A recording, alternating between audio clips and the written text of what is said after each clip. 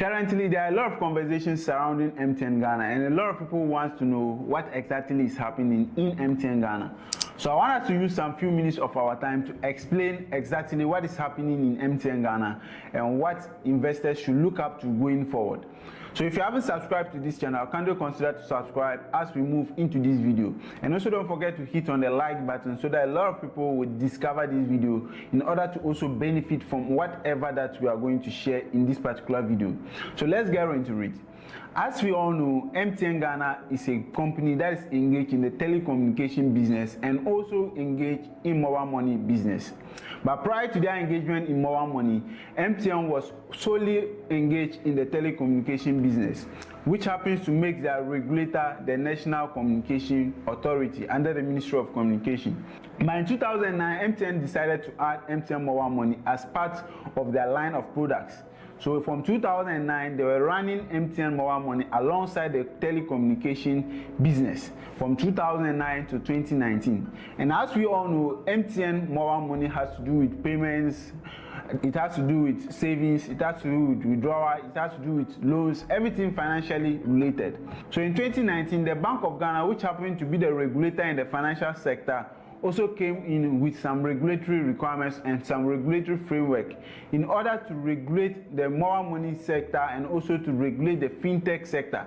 As we all know, this particular industry is a young industry and there was a need for them to regulate this particular sector. So in order to regulate this sector, the Bank of Ghana came in with an Act of Parliament, and this particular Act of Parliament is the Payment Systems and Services Act 2019 Act 987. And this particular act came with its own framework. It came in with its own terms and conditions. If you want to engage in mobile money businesses, this is the regulatory requirements you must meet in order for us to regulate you to operate in mobile money. Or if you want to engage in fintech business, this is the regulatory requirements you must meet in order for us to regulate you to engage in this particular service.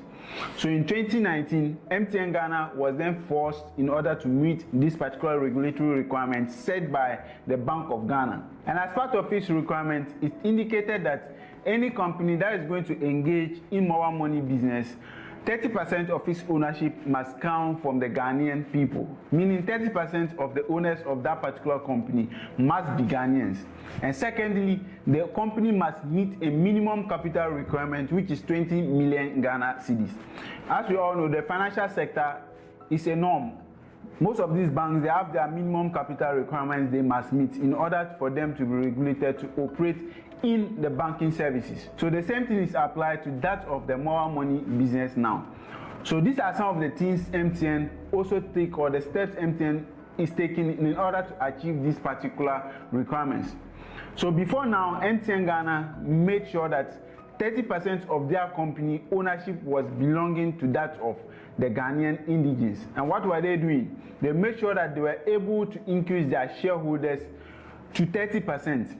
That was before 2024. And secondly, they also separated the mobile money operations, making it mobile money limited, separating it from that of their telecommunication business. So from 2019, the telecommunication business was separated completely from that of mobile money.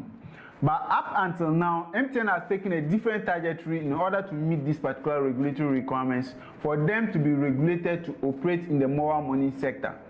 So firstly, what they are saying is that they are going to separate MTN Mobile Money as a different company from that of MTN Ghana, meaning the telecommunication business is going to be a separate company and that of the mobile money is also going to be a separate company, meaning the assets, the employees, and also the liabilities of these two companies is going to be different. They are going to move MTN Mobile Money out of MTN Ghana.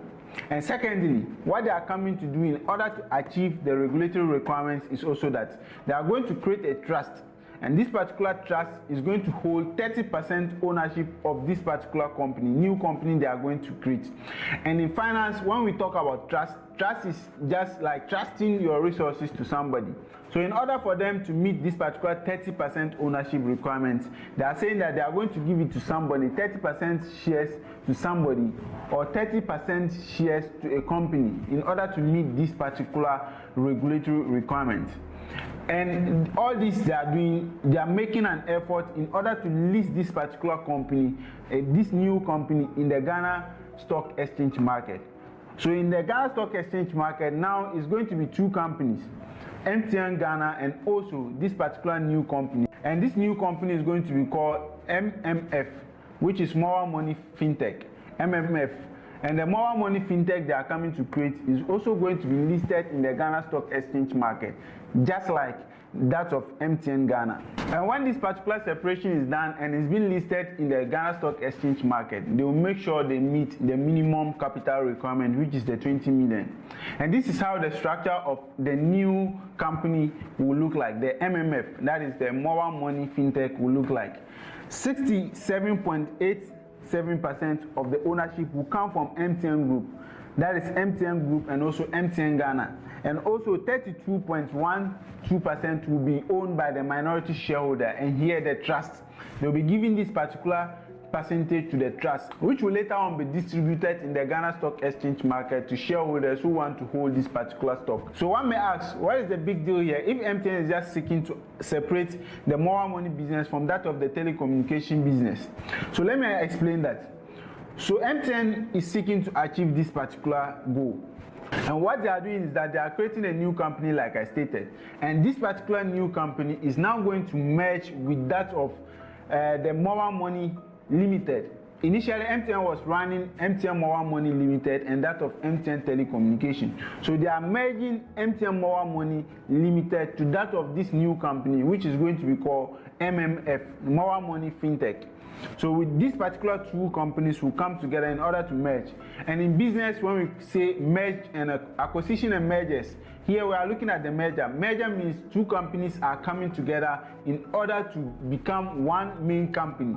So MTN is merging MTN Mobile Money Limited and also MMF, the new company that they are creating. This is where a lot of people have got it wrong. You need to understand this in order to understand exactly what MTN is doing. They are merging two companies, that is the MMF with that of the MTN Mobile Money Limited. So prior to this, MTN was having MTN Mobile Money Limited, which was engaged in that of MTN Telecommunication.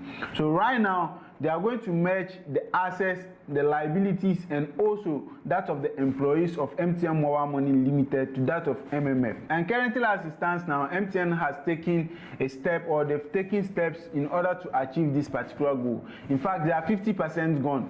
If you take a look at the outline, the processes in order to achieve this particular merger, I think they are halfway gone. And the step we've got into right now is that MTN is inviting their shareholders to an extraordinary general meeting. And when we say extraordinary general meeting, it has to do with any meeting aside the annual general meeting that companies host, or companies who are listed in the Ghana Stock Exchange market host each and every year.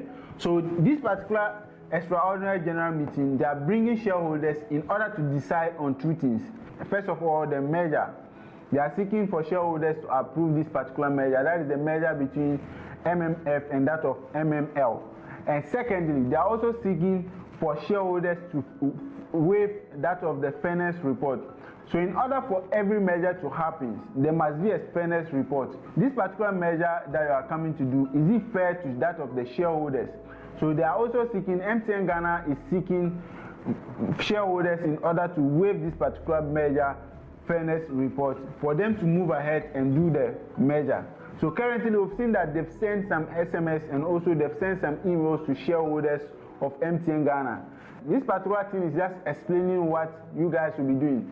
So on 1st December, they've invited all shareholders of MTN to the University of Professional Studies main auditorium in order to discuss this particular merger. So after shareholders meet at the UPSA and they approve this merger and also they also waive this particular fairness report, MTN Ghana will move on in order to merge MML and also MMF as a new company that is going to be listed in the Ghana Stock Exchange market. And after this particular company is listed and also this particular company has been able to meet the minimum capital requirement and also meet the 30% ownership requirement, it will then be licensed, and it will now be licensed by the Bank of Ghana in order to operate as a Momo or as a mobile money company in Ghana.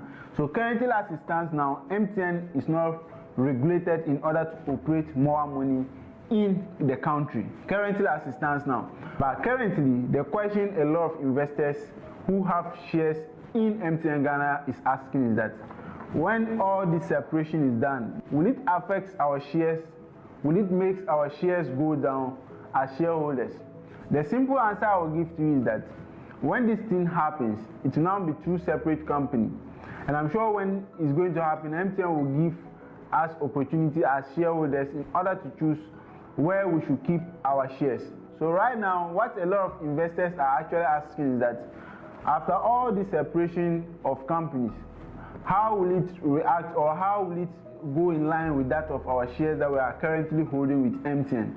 So I'm sure when this thing happens, MTN will give an opportunity to shareholders to decide either they should transfer their shares from that of MTN Ghana to that of the new company that is going to be created.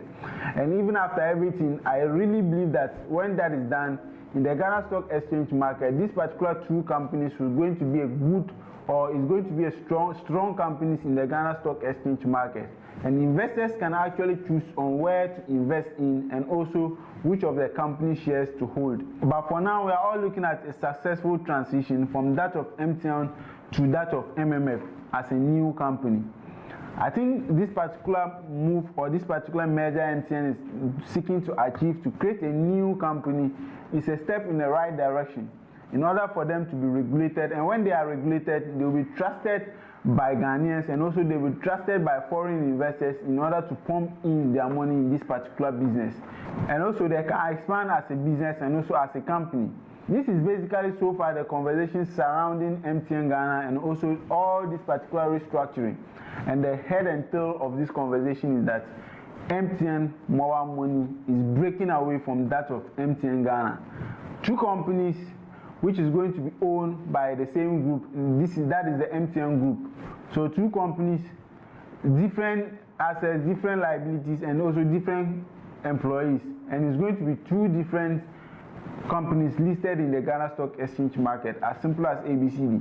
If you actually enjoy or you really like the conversation about the listing of MTN Ghana, kindly make sure you subscribe, and also I'll see you in our next video.